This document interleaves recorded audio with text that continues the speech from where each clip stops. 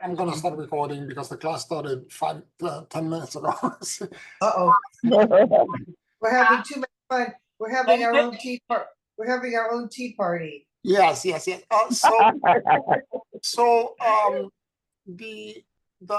thing I wanted to, regarding this, that's also important, is that we have to figure.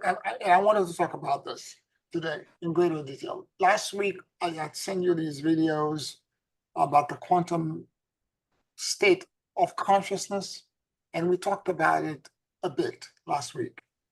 I want to go a little bit deeper, and I want to veer off into understanding the goal, the purpose of what I've been trying to teach you since 2008.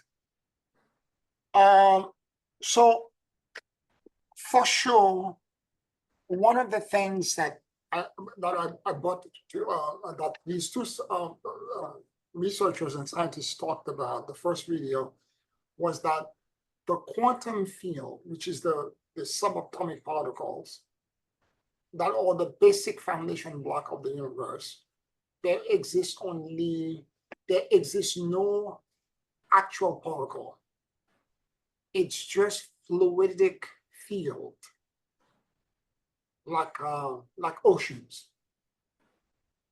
And these fluidic fields, to someone who has never done meditation and gone into the blessed field, this is going to be a foreign concept. But to all of you who've been there, you will be able to identify and resonate better with this, because you have emotionally and spiritually been connected to the blessed field. You know it's fluidic, right? So he's saying that there are four basic fields. The first field is a field where electron, and whatever we see as physical object in the universe, like an electron or a proton or whatever, is a knot that's created in the field, like a little bubble. If it's in the ocean, it's a bubble on top of the ocean. And whatever that knot is, it can be there one moment, the next moment it could pop and then reappear somewhere else. And this is how, through the process of superposition, that electron can appear one place and show up at somewhere else instantaneously, because the field is everywhere. When during one of the illustration, and he says there are four of them. So you have an electron field, you have a neutrino field, which are completely neutral and do not interact with everything else. They're not very social, whereas electrons tend to congregate, and more electron congregate, it creates gravity, it pulls other forces together, it creates, and it does, they organize. Whereas neutrinos do not organize. They are by themselves, they are zero charge, zero energy, they don't participate. And there is what is called the strong force and the weak force. And I want to talk a little bit about this. Okay, we've been talking for months now about our core. And I've been guiding you that in the morning, I want you to do the universal breath, the 12th breath. Breath from the core of the earth, let it pass through your core and let it exit outside of your head. And as you exhale completely, let it go into source. Then from source, inhale again when you feel at the retention of the breath that there is a benevolent energy coming back toward you. Inhale it in, bring it back into your body. Do this 12 times in a row. You should be ready. And after that, part 2, you begin to feel that channel that you have created now 12 times with 12 breaths inside of you. And you sit without having, and you witness it, without having any preconceived notion of what it could or should be. You witness it. And as you're witnessing it, the field, what I call the blessed field, will reveal things to you. Things will emerge that you didn't know before about the nature of that core or section of that core. And we're going to talk about some of the things that may emerge in them in a second. Now, that core, I call it the silver cord. It connects everything. In Indian tradition, in a Sanskrit, it's called a Shushuma. It's a two-way highway or lane, two-way lane, road. And on that road, travel two different types of energy. One, an ascending energy coming from Shakti or the earth, moving upward, desiring ascension. Then a descending energy, and the force that rises wanting to ascend is called Ida. And the one that's descending is coming from Shiva, and it's called Pingala. Now, in the quantum field, going back to that again, there exists in there two things that correlate to exactly what I just said. There is the weak force, there is the field, and there's a strong force field. The force that's descending, okay, the Pingala that's descending and wanting to manifest on earth and ground is what is called a centripetal force. The force that's ascending is a centrifugal force. Let me explain. The force that's descending and it's a rotation, it's a circular rotation of that force. It tends to try to focus in its center. What I mean by this is that when you have water in a funnel, let's say you have water in your tub, and you take the tub is plugged, and you take the plug out, and the water begins to funnel down and rotate. That's a centripetal force, meaning all of the energy from the outside will now move into the center. So its central focus is trying to manifest something. The centrifugal force is the opposite. Things that are in the center will move to the perimeter. You and I have had that experience when you go to an amusement park. There is a ride where you stand on it, and then they begin to spin it so fast, you are caught by the force of the centrifuge that you're glued back against the wall. That's a centrifugal force. They are not the same, although it's generated by rotation, but each one of them has a different property. The centrifugal force is trying to liberate,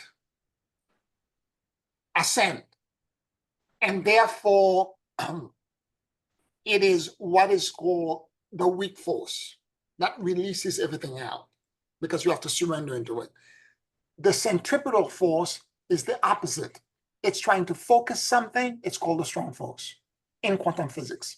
So you have four fields, and so those four fields are the electron field, the neutrino field, the strong force, and the weak force. Are we good so far? Do you understand what I'm saying?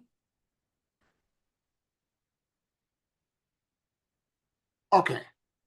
So what I want to bring to your attention next is this.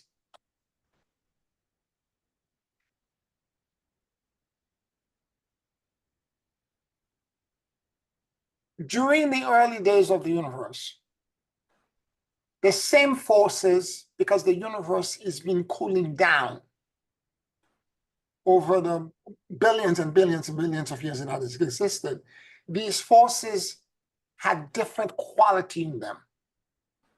It has been noticed by scientists who are doing this work that there are rarer particles, that those four forces are repeated twice over to give you a total of 12 fundamental particle or forces or field that compose the universe. The second row of forces that are a repeat of the electron field, the neutrino field, the strong force, and the weak force are 20% more stronger in mass. The force, then there is another series below that are 3,000 times stronger. which were at the early day of the formation of the universe. So you end up having 12 fields. Now, in addition to all these fundamental particles, if you can think of them, you can call them the new periodic table.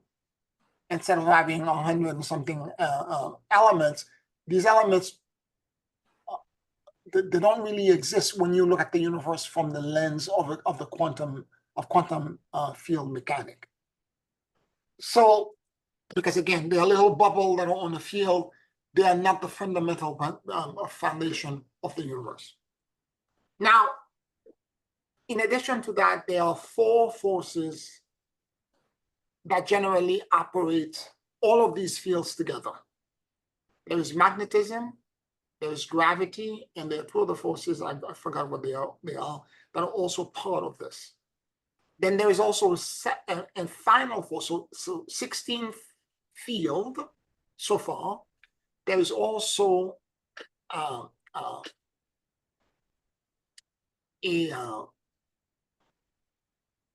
there's also a final force, which is called the Higgs boson force, and that Higgs boson force was proven by scientists. Because again, scientists were saying this man was presenting this, everything has to be empirically proven. There's a theory, but so with the CERN accelerator, Hadron accelerator, they were able to recreate the Higgs boson particle, which showed up for nanosecond. But they actually saw it, measured it, calculated it, they realized that it exists because it's now impossible, almost impossible to find it in the universe. So there is that field as well. I want to add to this, as I said last week, a field which I would call cosmic consciousness, because there is an unmoved mover that is actually operating all of this. And I want you to understand what I'm trying to share with you and what I'm trying to say.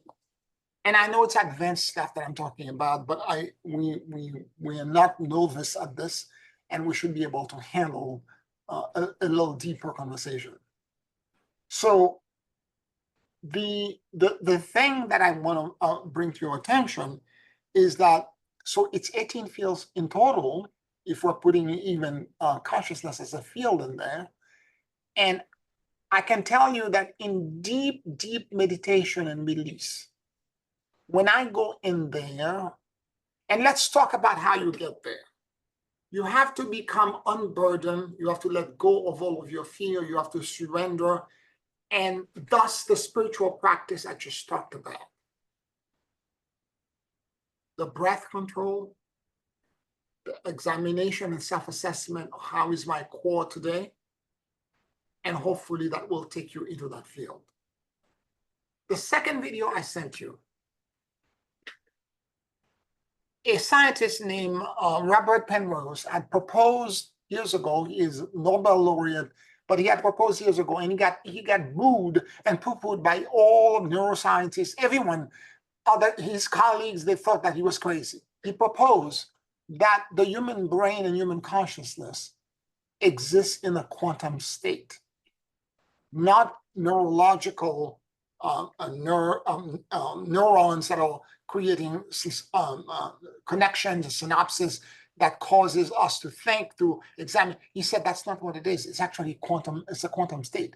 Now, scientifically, for science to reproduce certain kind of quantum things, like those fields I talked about, even the CERN Hadron Accelerator, the temperature has to be extremely cold, almost like vacuum, ultimate, like empty space vacuum state.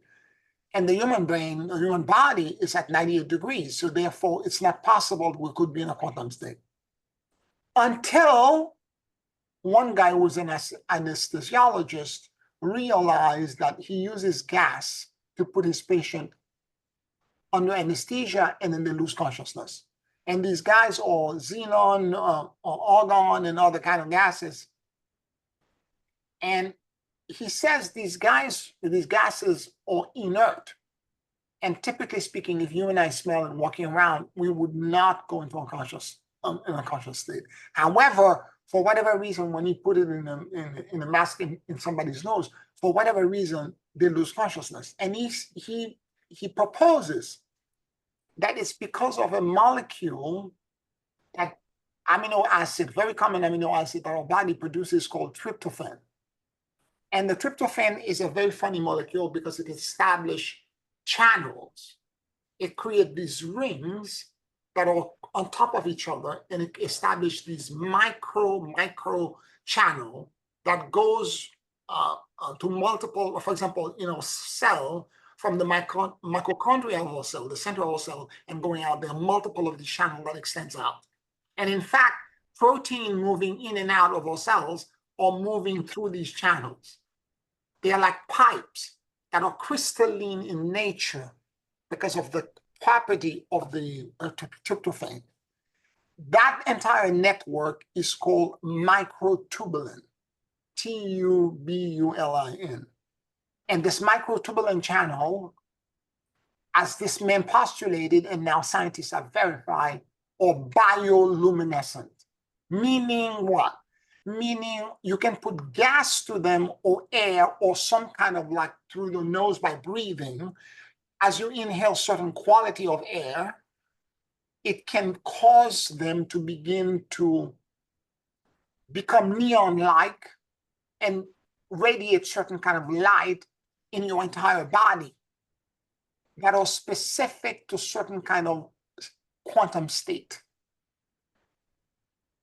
So he was correct, this anesthesiologist, by saying that the point he was making is that if I can make somebody become unconscious with this gas is traveling to that network. And it somehow can cause someone to be unconscious. The reverse must be true, that network and normal state of inhalation and exhalation can cause somebody to hold consciousness or to be conscious. Long explanation to get to this point. Are we getting this? Do you want me to stop and explain something if you don't get it? If you're not clear about something? Okay. Long explanation to get us to this point. That our breath and the quality of the breath that we take affects the microtubulin. The microtubulin that they're talking about now is actually in parallel to the Sanskrit and the Shushuma and the Pingala. They are actually what are called nadis line. Nadis line are by the hundreds of thousands, as opposed to meridians that are in Chinese medicine that are a flow of the qi. They're not the same thing. The microtubulin, or rather the nadis line, are called also in Sanskrit the channel. So these ancient teachings that are 6,000 years old, if not older, knew this.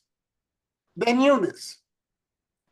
And in fact, there are certain kind of breath control technique when you're doing them, where they ask you to lift your tongue and let it touch the top of your palate, the inside of your upper jaw, of your upper mouth.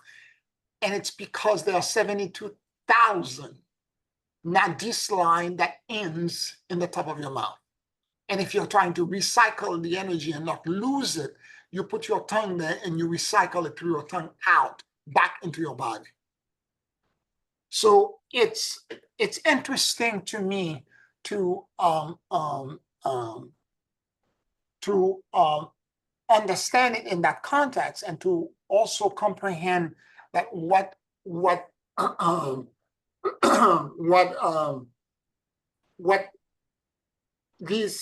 this is proven now is that they are proven what mystics for thousands and thousands, if not hundreds of thousands of years, have known. that there is a blessed field, and in all my meditation, I call it the blessed field. That blessed field is not a singular field. And I can tell you this for certain, because when I go into what I call a connection with spirit, when I finish examining my call, and I go into what I call the white space, I have an experience where typically the quality of that space is that there are no thoughts whatsoever. The monkey mind and the chatter ends. The moment you enter it, all of that ends. Gone. The other thing that comes in, there is complete silence as it follows because there's no thought. It's not that you're not incapable of thinking. The monkey mind stuff, the chatter, the endless, the cerebral, frontal lobe, cerebral cortex thing, it just ends. It just ends. And then there is unbelievable stillness. You're at rest, at complete rest. So the ADD, the kind of like type A personality and running around, all of that is gone. Everything is at rest. And when you are in that state of awareness, where you're so still and so quiet,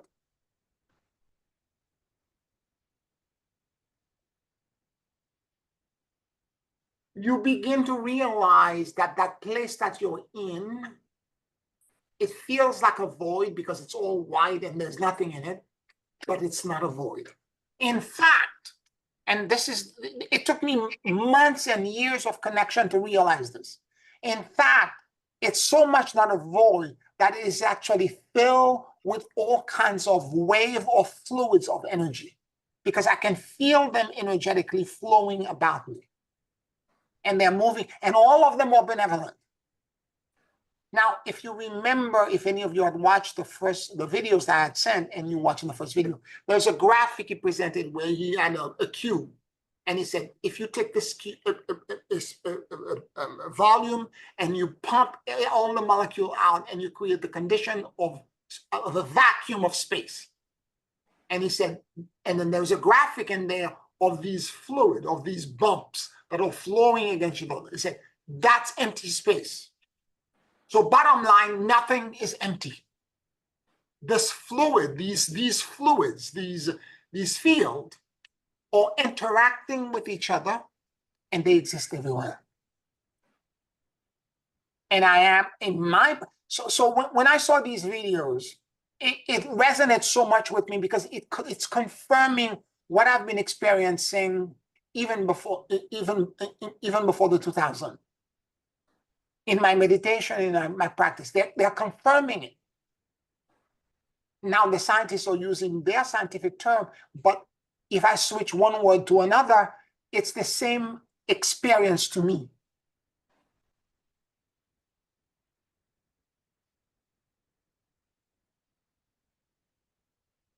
Now, one of the other things that I've noticed as well, when I go into that state in this blessed field, is that initially, when I was approaching that field, I would go in meditation, all of a sudden, I would think I pass out. I would go into a blank. And I would not remember, except when I woke up at the other end, and I'm like, I think I passed out. I was sharing this with a student in one of the classes, that you don't actually pass out. Your normal state of consciousness in 3D is not capable of handling a sudden shift of consciousness into a state, instead of being a bubble in the field that is a singularity of awareness, all of a sudden you become the field itself. So your own ego and your own consciousness initially will not have a way to handle that kind of complete merger into your primordial state. It will not be able to handle it. And because it can't, it will appear to you that you pass out. You went blank. But you did not go blank. You actually went into the blessed field. And over time, and this is where the self-assessment that I was asking you to do makes sense. And also, I want to remind you, I'm going back to that condition. I asked you to do a very specific breath control exercise. And if you're doing it, what you're doing, it's as if that doctor, that anesthesiologist was putting a mask on your face to make you breathe certain special kind of way that will do what? That will activate your own crystalline structure of microtubulin that spread through your entire body and cause all of it to become so excited, okay, that it become bioluminescent. It becomes almost like neon-like, emitting all kinds of colors that are connected to whatever field you're inhaling as you allow it to go into your body. There's a reason why I'm asking you when you're taking the breath to take the breath as if your lung extended in the core of the earth. I want you to connect to the consciousness of Shakti, or the centrifugal force that's rising from the earth and moving upward and trying to be liberated. And the reverse is true with the centripetal force coming from Shiva. I want you to inhale from the source. And as you shift your, and again, this is where the field we call consciousness can connect to these other two fields. Do you see what I'm trying to say? Do you get it? These two forces are doing what they're doing anyway, but consciousness needs to connect to it. And we need to direct our consciousness specifically into thinking, I'm taking the breath from the core of the earth, I'm literally moved to my body, and I'm following it as it extends, go to my lung, go outside of time and space, and I exhale completely. And then suddenly you will feel benevolence come toward you in the retention of the breath. And then now you inhale from source. You inhale the benevolence and you bring it back into your body. So by doing this back and forth 12 times, 3 fields are interacting. The strong force, the weak force, and the field we call consciousness.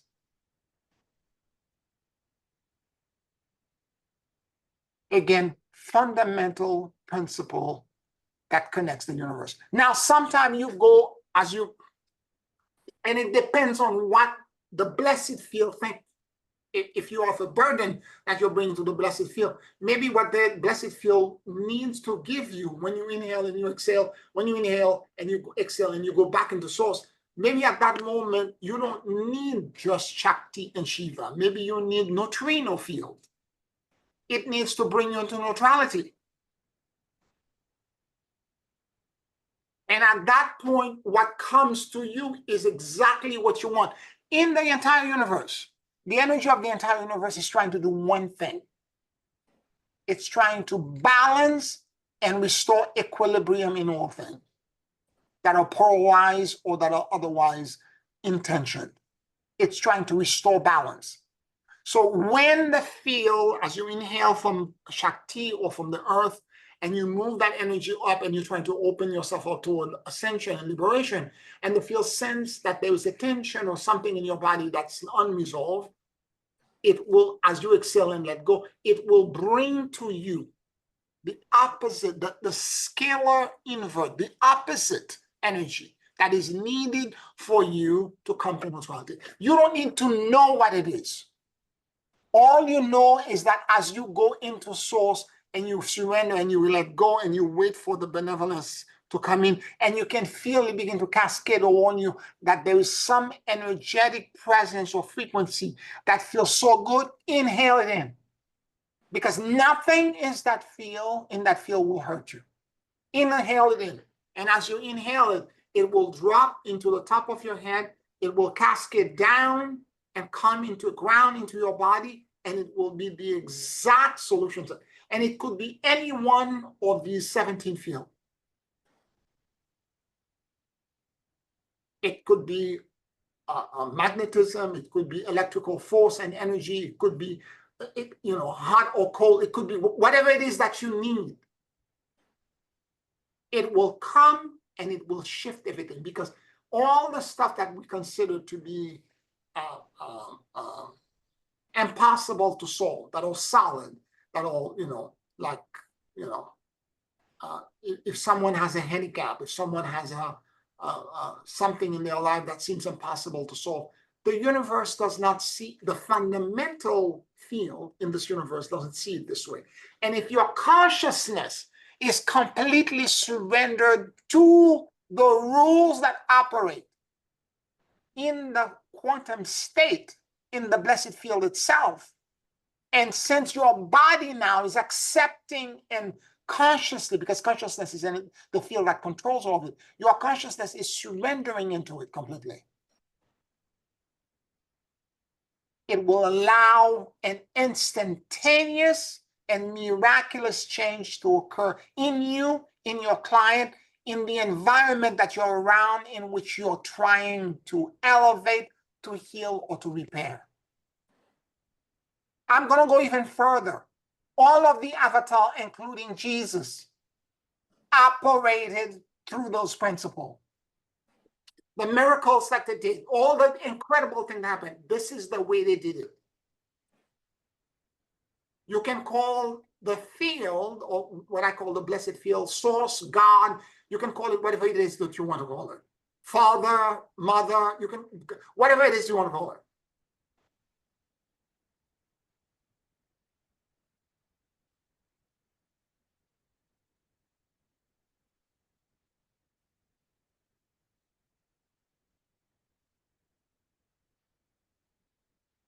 Any questions and comments?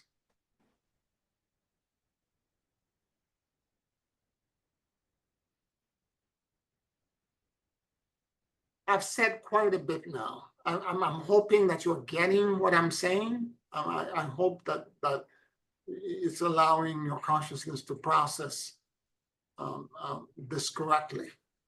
And the idea being that these fundamental principles, forget the periodic table and everything that we think is solid. In spiritual teaching, they call all of this the Maya, the illusions. Because at the essence of being, that white space that you experience when you're in meditation, which Buddhism, they call it dharmata, they call it the essence of being. That this is the real way in which the universe exists.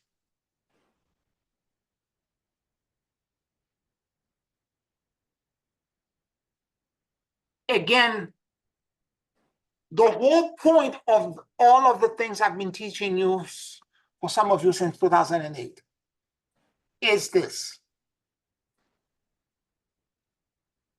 I am trying to increase you to a point where you can have conscious immortality. Meaning what? That instead of passing out from one 3D state of consciousness into an advanced spiritual consciousness, I want you to transit through it while you're being conscious. And the reason for this, it's because during the transit, as you become conscious, when you awaken into something, when you don't know how you got there, you're extremely disoriented. Whereas if you transit through it consciously, when you get there, you have more cognitive ability to be able to process and benefit from the new state that you're in. Now, when in a normal 3D state, in the Tibetan Buddhism, they call this that state of consciousness unconscious tendency in emptiness. In other words, human being were like this little bubble on that field, or nothing more what they call unconscious tendencies in the field of emptiness, which is everywhere. Whereas as you begin to do this practice, simple practice I taught you, the 12 breath. After the 12 breath for 5 minutes, think of the core where this rising breath and the descending breath move through. Just sit and listen to it. Listen to it as if the more than 50 trillion cells in your body had ears. And as you listen to it, it will inform you. More importantly, not only will it inform you, it will strengthen your will and your volition, and you will no longer be an unconscious tendency. You will tend to become more and more self-aware the more you practice this. And as you transit into the next state, you're going to be aware, I'm no longer normal state, I am in something else. But you will go through it consciously.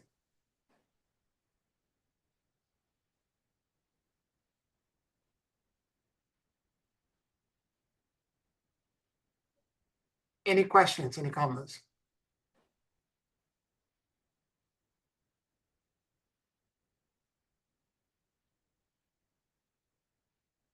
Now,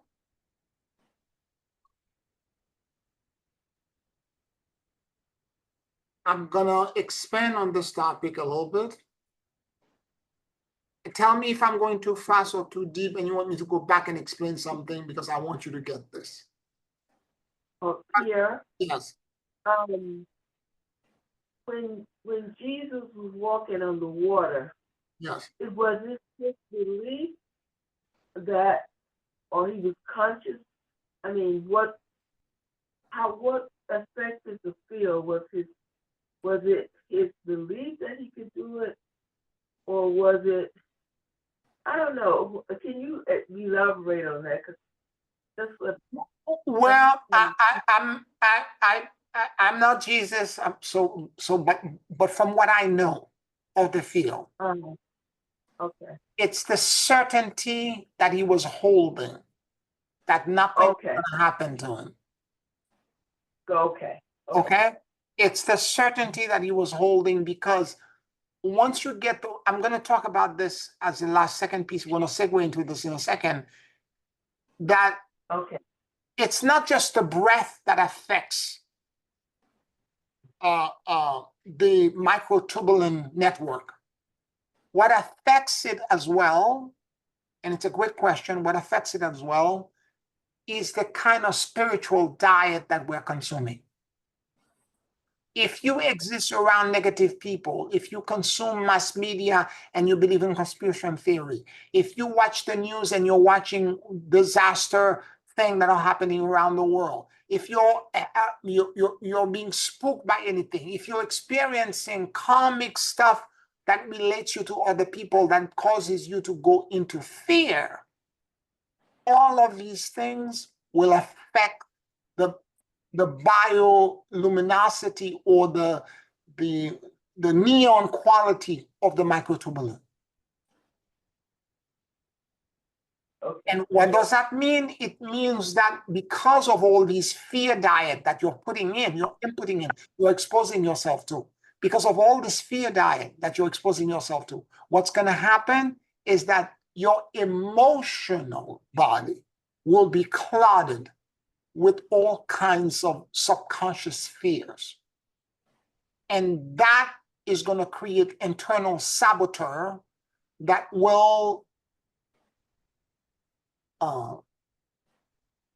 stop your intention. Let's say you intend. Remember, I was saying one of the force is the descending force is centripetal. It tends to take things from the perimeter and move it in the center.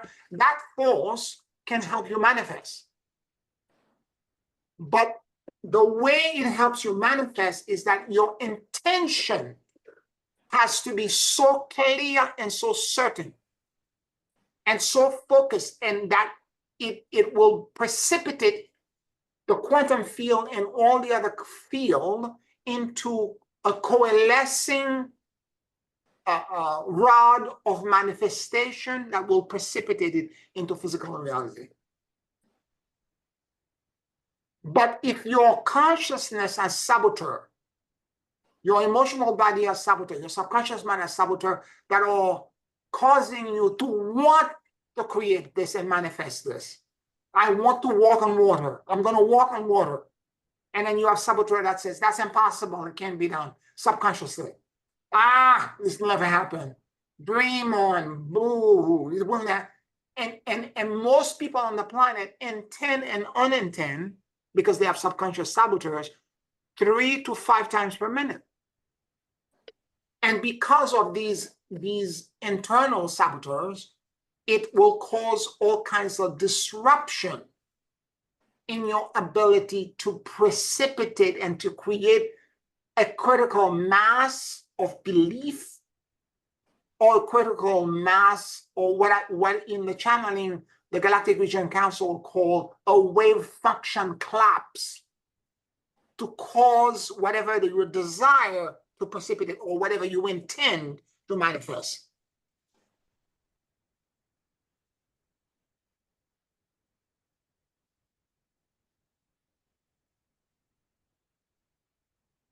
And that energy comes from the field and it comes down. And the field is trying to manifest it. What happened is that the lens and the cloudiness that we have and the doubts that exist in the subconscious mind can disrupt the flow or the precipitation of what's coming from source that can cause an instantaneous change.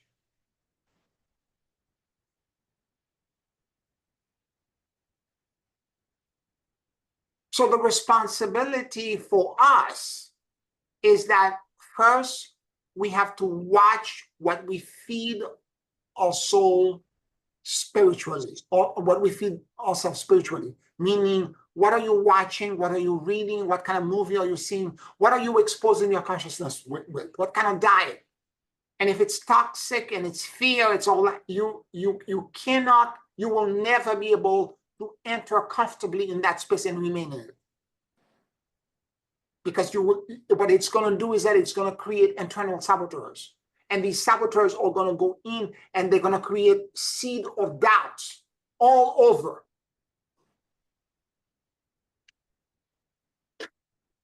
And these doubts are going. Are you guys there? Yes. Okay. I lost a few of you for a moment there. But anyway, and these seeds of doubts are going to move and create and continue to precipitate and create all kinds of crazy stuff that are going to cause your consciousness not to manifest or to believe and have belief. And if you have belief, it will work on some time, and some of the time it will not work. It will work maybe for a few hours and then it will disconnect, that kind of thing.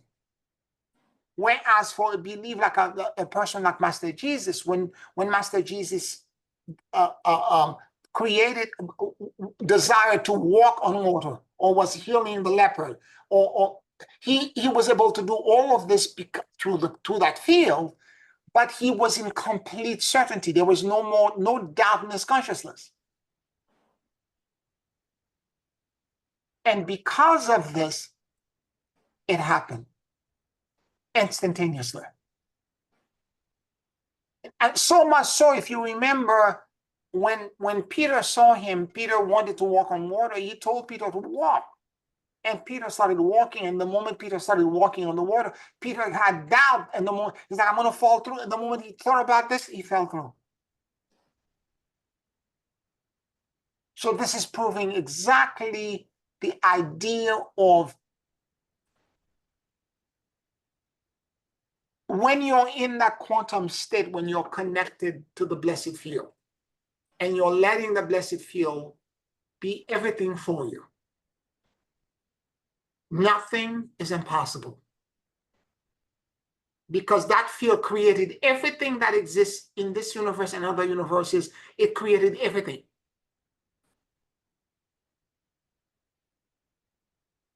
And it's not just physical healing, it's everything. It's abundance, it's everything. And I mean our abundance, I mean by that abundance of health, abundance of money, abundance, And if we can understand that and allow ourselves to benefit from a connection to that field. With that kind of understanding, our consciousness will expand in a completely different way. So for us to establish conscious immortality, our spiritual diet is important, because that spiritual diet can create a negative lens and filter in our subconscious mind and in an emotional body that can create doubt, causing us to intend and unintend 3 to 5 times per minute. Whereas if you can for 1 minute hold the same thought and the same idea, the blessed field will pour into you the descending centripetal energy that will cause it to manifest like this immediately. Immediately.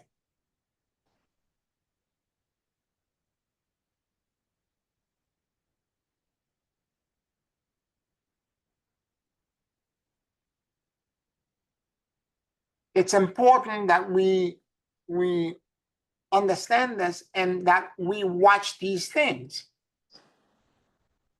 If you're watching too much of this conspiracy theory and too much of the news, and these things are negative, they're putting doubts, they're basically brainwashing you. And they're implanting in your subconscious mind all kind of program and subroutine and subprogram that are going to create all kinds of doubt. You need to read spiritual books. You need to connect yourself to videos and things that's going to elevate and liberate you. That's the diet you should feed your body. Now, you can recite prayers and do meditation and recite mantras that are also going to help you elevate and shift your awareness into believing a connection to the blessed field.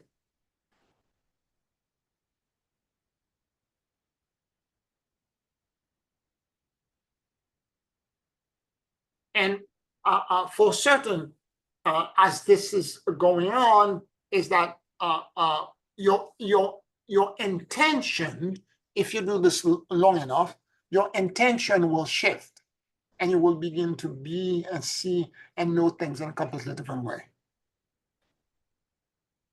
And you will be able to manifest better with certainty and clarity and focus.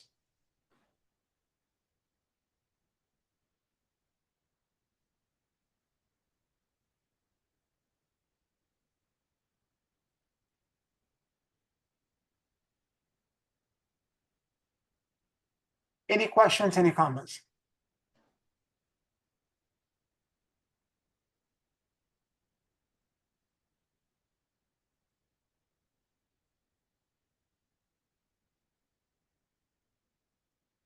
I want to conclude by talking a little bit about the concept and the idea of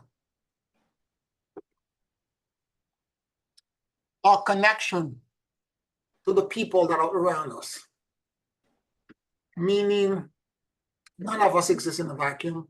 We have friends, we have family members, we have lovers, we have people in our lives, colleagues that are in our lives, and these people, a lot of them, or institutions, the more as you're going about to this transit, the more that you're emotionally being triggered by someone or some behavior or someone outside of you, what they are doing or not doing, and the more it irks you and burns you and causes you deep irritation, the more that you probably have karma with this person or this outside thing. What does the karma means? Typically speaking, is that you've been playing energetic ping pong with that person or that condition for centuries. This is not your first rodeo with that individual or with that person. You've done this multiple times before. And unfortunately, we are not as smart as we think we are. Many of us, if anything, from lifetime to lifetime, we repeat exactly what we did before. It's only maybe, I know this as a past life regression and future life projection therapist. I know this for a fact that sometime for 10 lifetime, 15 lifetime, my clients that I take back all repeating the exact same thing. And so it's important for us to understand that karma is not revenge or retaliation. If I had hurt you in this lifetime, it's not about you then responding back with equal measure to me. It's not an eye for an eye and a tooth for a tooth. It is a misunderstanding of the actual principle. Karma is to repair and to correct. And in order for that to happen, three things must be present. The first thing is that when somebody is perpetrating or offending you and doing something that makes you feel deeply offended, you need to understand and ask yourself, first of all, is to acknowledge I have karma with this, whatever that offense is. The second thing is to also acknowledge that and the only thing that can heal karma and break the chain is forgiveness. And the forgiveness is twofold. The first is that you have to acknowledge 50% responsibility. In this lifetime, you may not see in what way possible that this perpetrator, that you could have 50% responsibility in what's happening to you, because right now you're seeing yourself as a victim. But in a lifetime since the beginning of creation until now, you tangled with this energy system before. And the first thing is to figure out, maybe to a past life regression, where this tangle occurred. In other words, what was my original offense? The Ho'oponopono prayer said, divine creator, mother, father, and son as one. If me, my family, my ancestors had hurt you, your family, or your ancestors, since the beginning of creation until now, by thoughts, by deeds, by words, by actions, by inactions, please forgive me. I love you unconditionally and I let go. So that's the part of the Ho'oponopono or the reconciliation prayer. And you're supposed to repeat this over and over again until, in other words, what you're saying is to the person who's victimizing you now. In a past that I don't remember, me, my family, and my ancestors had offended you. And this is the reason you're offending me now. And therefore, preemptively, to release the toxic energy that's connecting me to you, like a rubber band being held at 2 points, I'm asking you for forgiveness. And I'm replacing this toxic energy with unconditional love. I love you and I let go.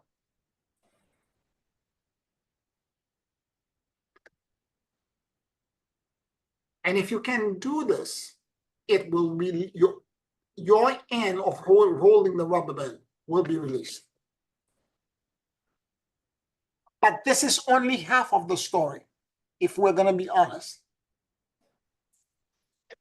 Because one of the things that happen when I do past life regression for clients, and they see what they did in a past life to cause this perpetrator or this bully or this person or this situation to, most of us have the delusion.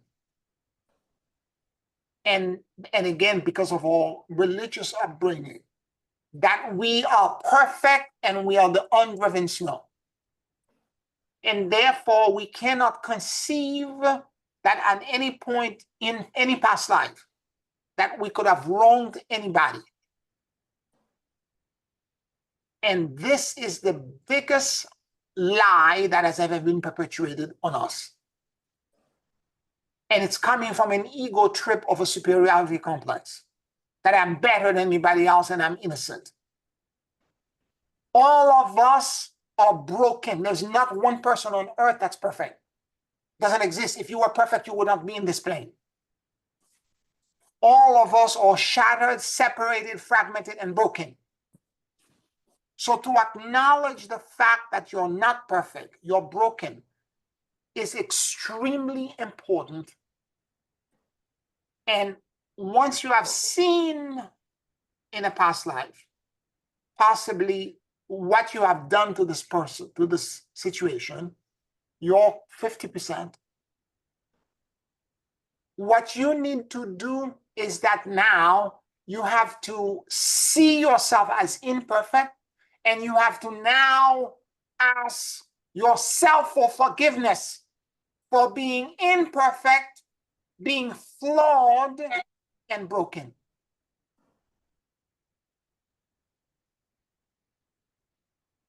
This is immense. This is the part 2 of the forgiveness. You not only ask the person who is bullying you for forgiveness, but you also have to ask yourself for forgiveness for not being perfect, for saying the wrong thing, for articulating for going about this the wrong way, for repeating the same mistake over 10, 15 lifetimes. And you have to accept yourself as imperfect. Now, the moment that acceptance comes in, that I'm not perfect, I am broken, final step, step 3, take all of this brokenness and vulnerability and this imperfection and offer it to God and ask God for mercy and for grace.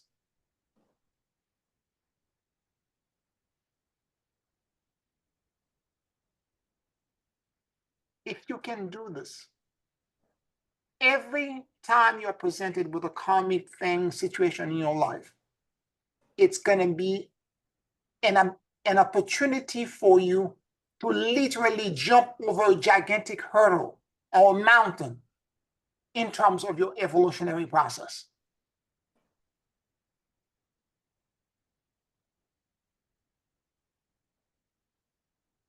Because you're going to finally reach neutrality through forgiving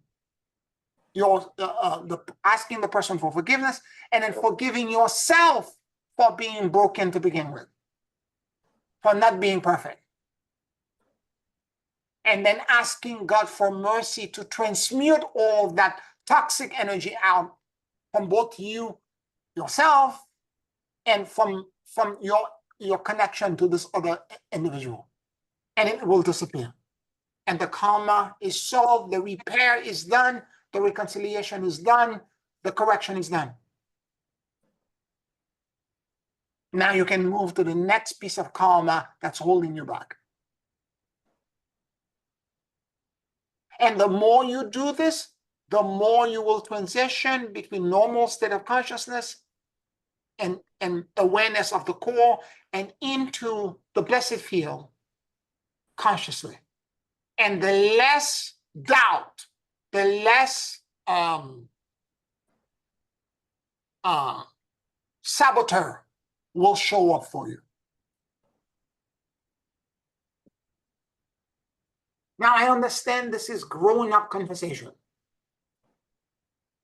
because it's full and complete accountability. This is not a path for the coward, for the people that are making excuses for all kinds of things, that are wiggling themselves out of things and not claiming responsibility for it. You need to, and it's not blame. You're not blaming yourself because, again, you're acknowledging that you were broken. And then you're asking for forgiveness, yourself for forgiveness for the brokenness, and then you're offering all of it to God and saying, only you can repair me, only you can redeem me, help me. Help resolve all of this, because only you are capable of doing it.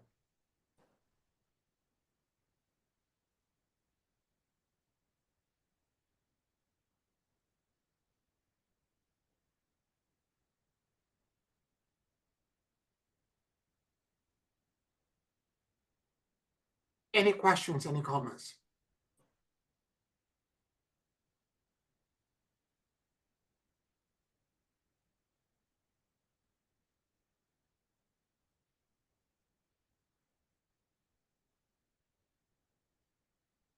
Now, I have shared with you today, particularly in the last 15 to 20 minutes, some profound key for you to grow. But I cannot do the work for you. If it becomes only intellectual curiosity, then I've wasted my time. I read years ago, somebody said, knowledge without application is perverse. And that was a stunning statement then that I read, and it is still a powerful thing even today for me to repeat. I cannot apply this for you. I can apply it to myself. I cannot grow for you. All of us have karmic situation that we're dealing with.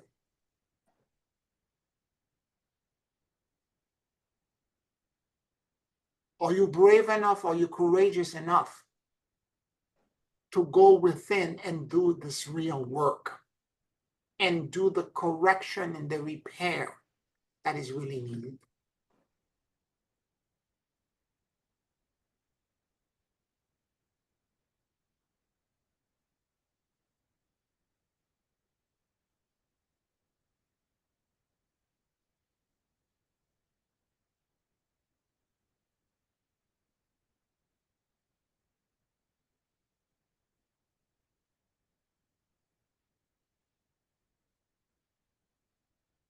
Questions, comments?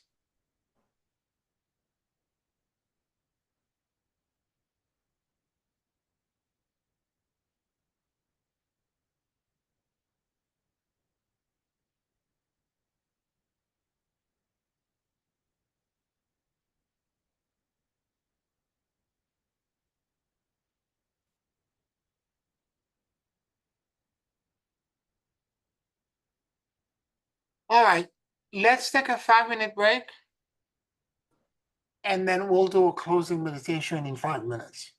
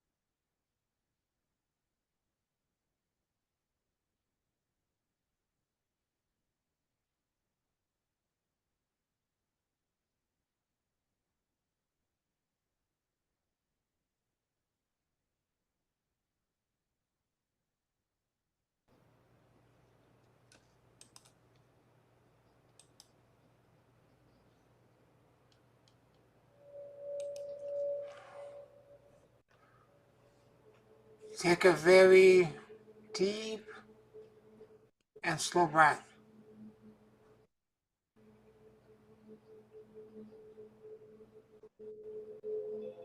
And as you inhale and exhale deeply and slowly,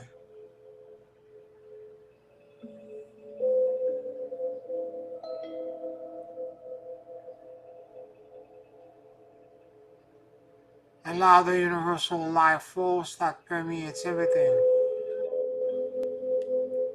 to enter into our lungs.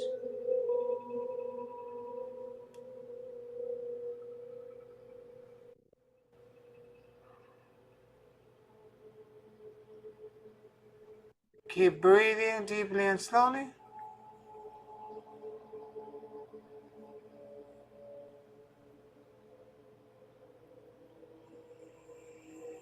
And let your soul and your awareness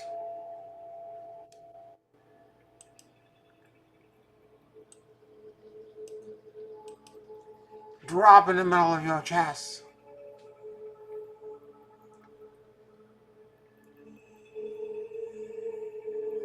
Please forgive me. I love you, and I let go.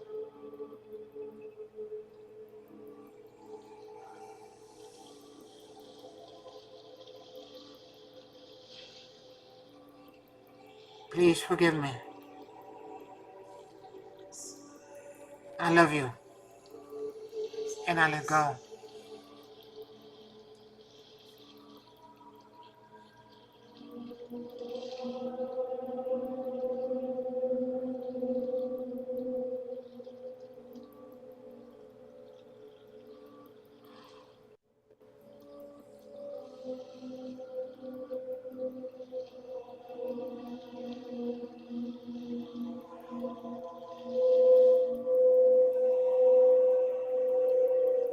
Take a breath from the core of the earth, and let this breath move upwards, passing through the bottom of your feet, moving through your core, exiting outside of your head, and let it all exhale and be released into source and the blessed field. Surrender, let go.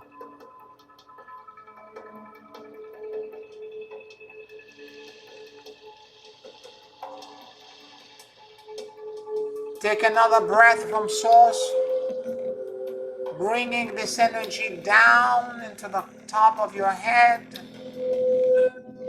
passing through you and your core, cascading down below your feet and going into the core of the earth. Exhale and let go.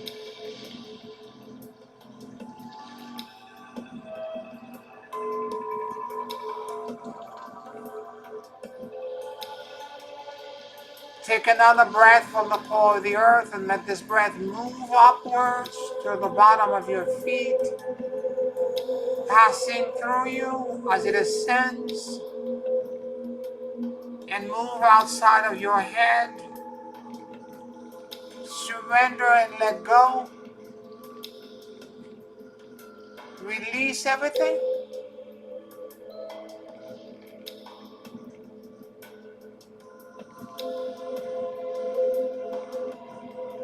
And let a cascade of benevolence and kindness come toward you. And inhale this blessing.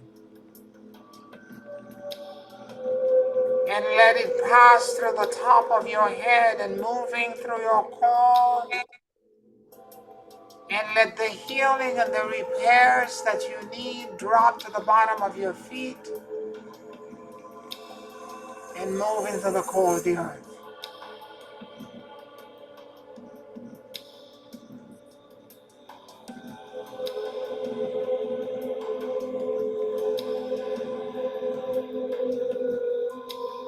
Take Take a breath from the core of the earth and let this breath move through the bottom of your feet, passing through you, rising through your core, and let it continue as it goes outside of your head and release all of it into the blessed field of infinity times infinity. Let go.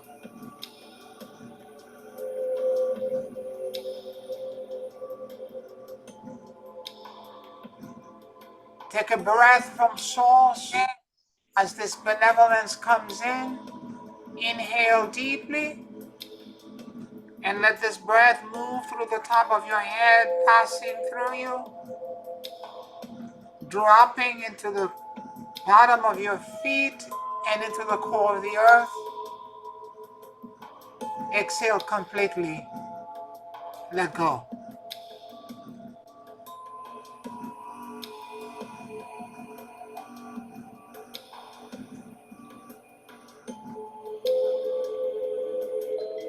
Take another breath from the core of the earth and let this breath move through the bottom of your feet, passing through you, dislodging all negativity, exiting outside of your head, and exhale completely into source. Let go.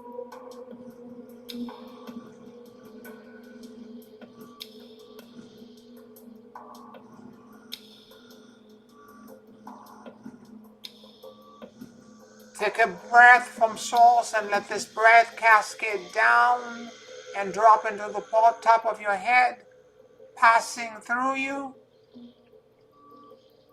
and let it move through the bottom of your feet and going into the core of the earth. Exhale completely and let go.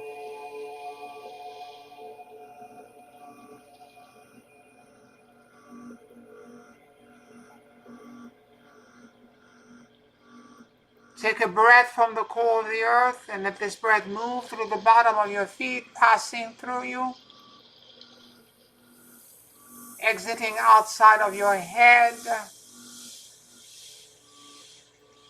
And as you exhale completely into source, surrender and let go.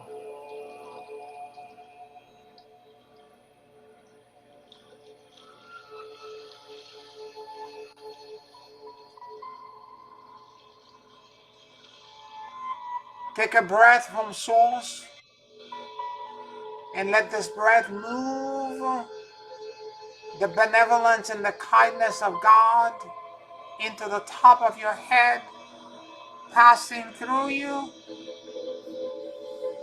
dropping into the bottom of your feet, into the core of the earth. Surrender, let go.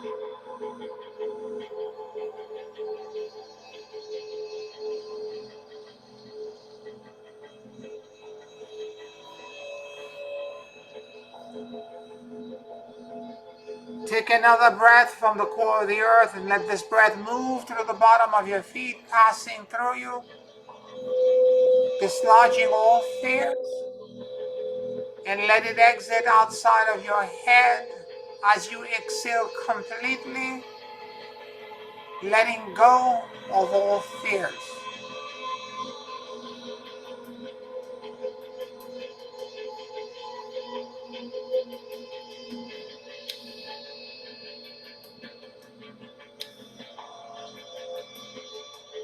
Take a breath now from source, and as the kindness and the benevolence of the uncreated touches you, bring this blessing into the top of your head, moving through your core, exiting at the bottom of your feet and into the core of the earth.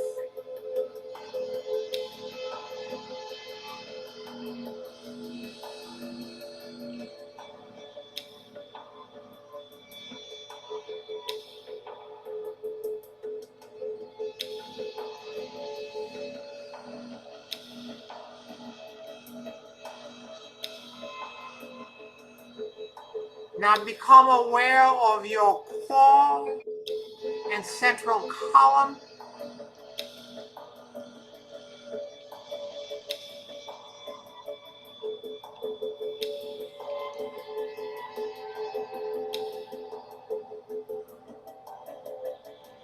Listen to your core.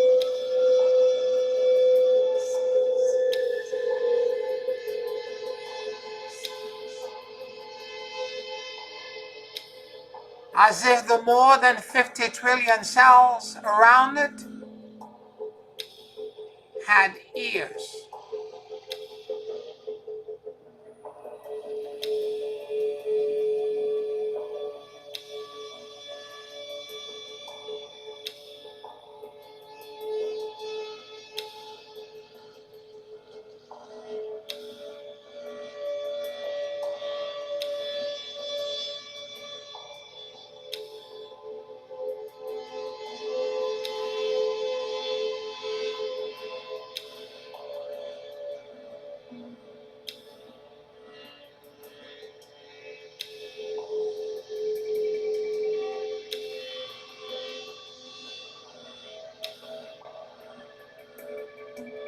What kinds of insights,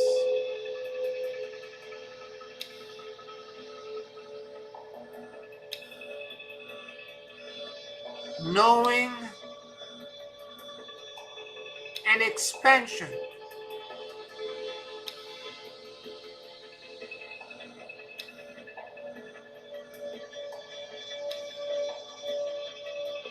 that your core is trying to gift you.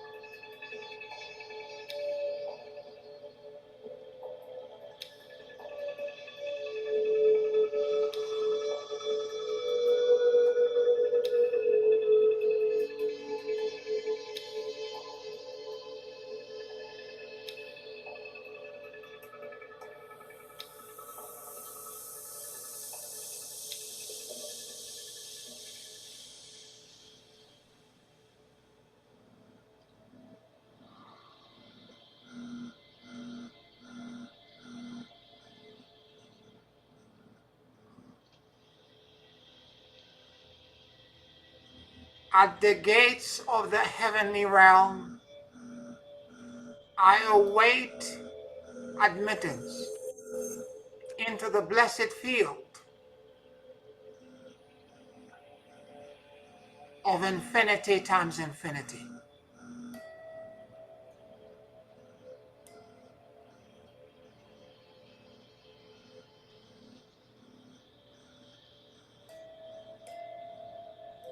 Keep breathing deeply and slowly.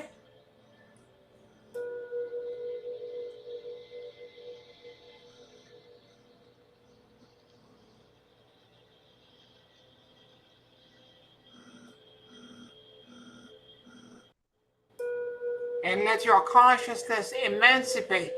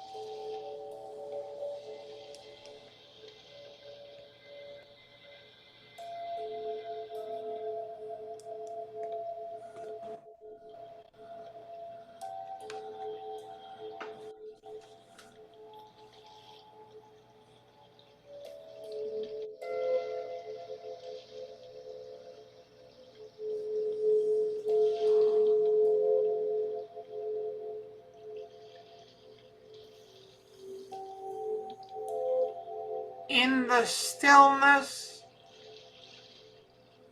the rest,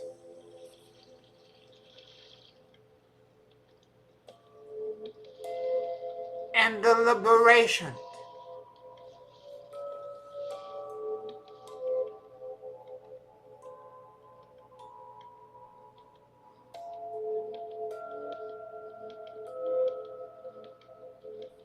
Of the vast continent.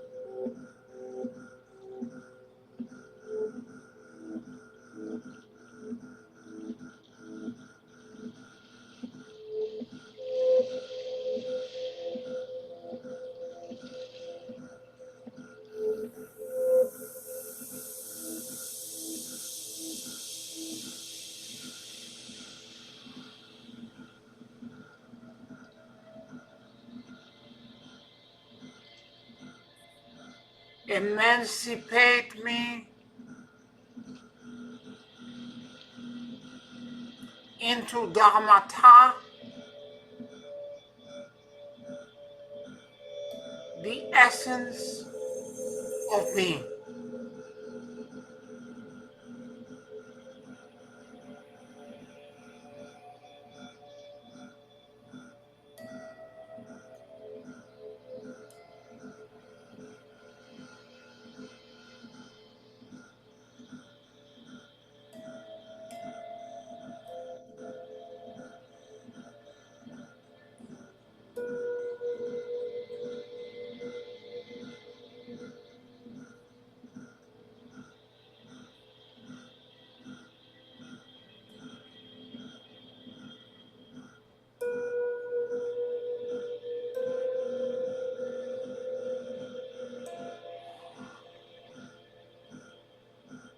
Keep breathing deeply and slowly,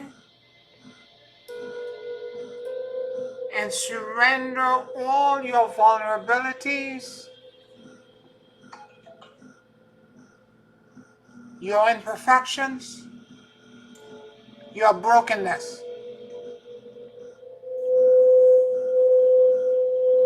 into the blessed field.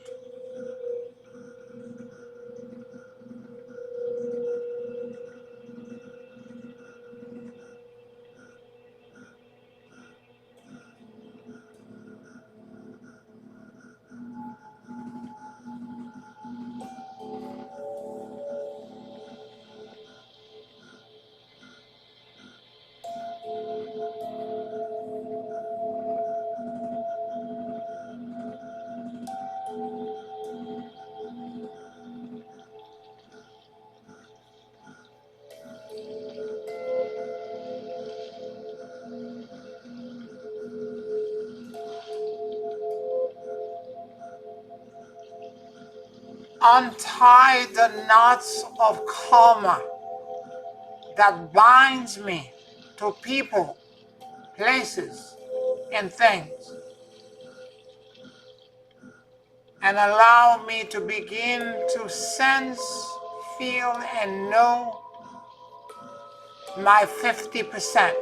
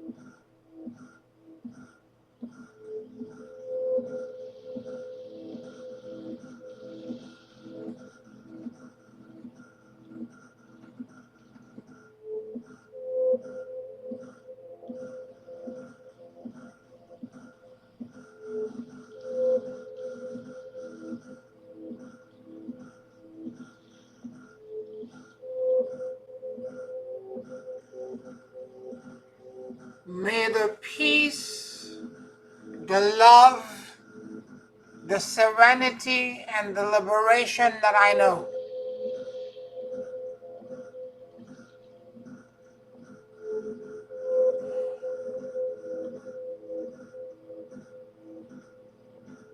pass on to everyone in my circle of influence.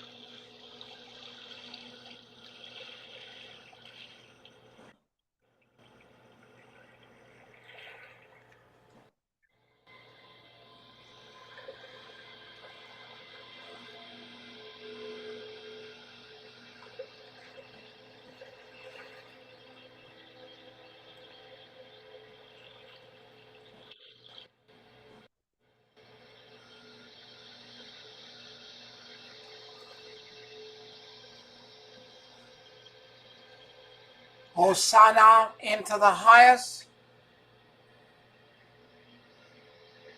Hosanna into the highest. Hosanna into the highest. Take a very deep and slow breath.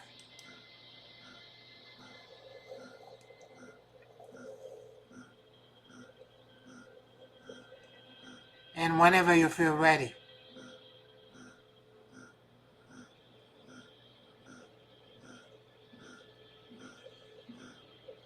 you can open your eyes.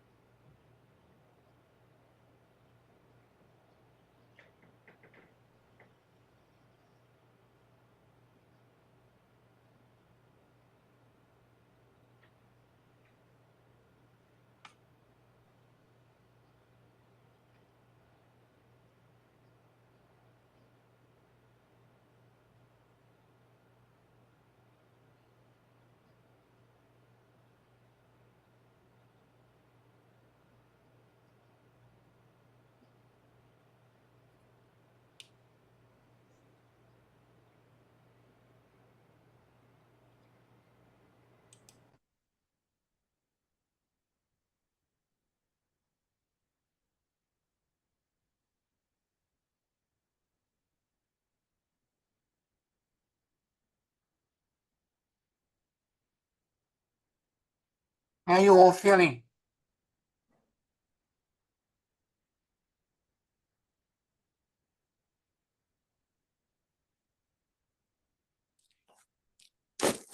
You're pretty much floating in a healing space. Beautiful. Very powerful. Wonderful, wonderful. Happy to hear that. Yeah, yeah. It's a try to do it gently, not too strong, just very gentle. Thank you. You're welcome. You're welcome. Thank you all for joining us tonight. And I want to thank you if you're listening to us on Patreon or on YouTube, like this video, subscribe to the channel. And I will talk to you next week. Blessings, everyone. Thank you all for being here. Have a good night. God bless you, Pierre. Night, night. Good night.